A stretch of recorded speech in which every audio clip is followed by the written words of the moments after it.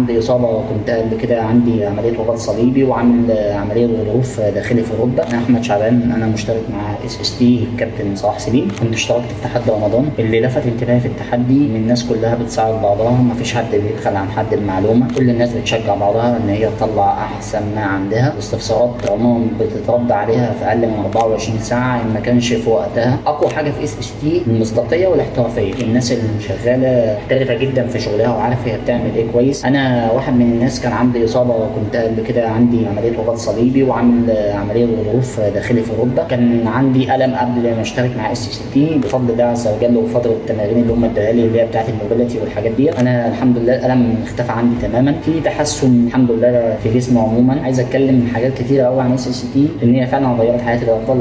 كنت مشترك في تحدي رمضان وكسبت وبعتوا لي هدايا. الهدايا على فكره من غير اي مقابل خالص، وكان في كمان 3 شهور دفعه الاشتراك هديه. بنصح كل الناس اللي هي عايزه تغير من حياتها عموما، مش من شكل جسمها بس، ويبقى في حياه صحيه افضل، انها تشترك مع اس تي. شكرا اس تي. الموضوع مش فورمه وعضلات، هدفنا ان انت تكتشف معانا احسن نسخه منك.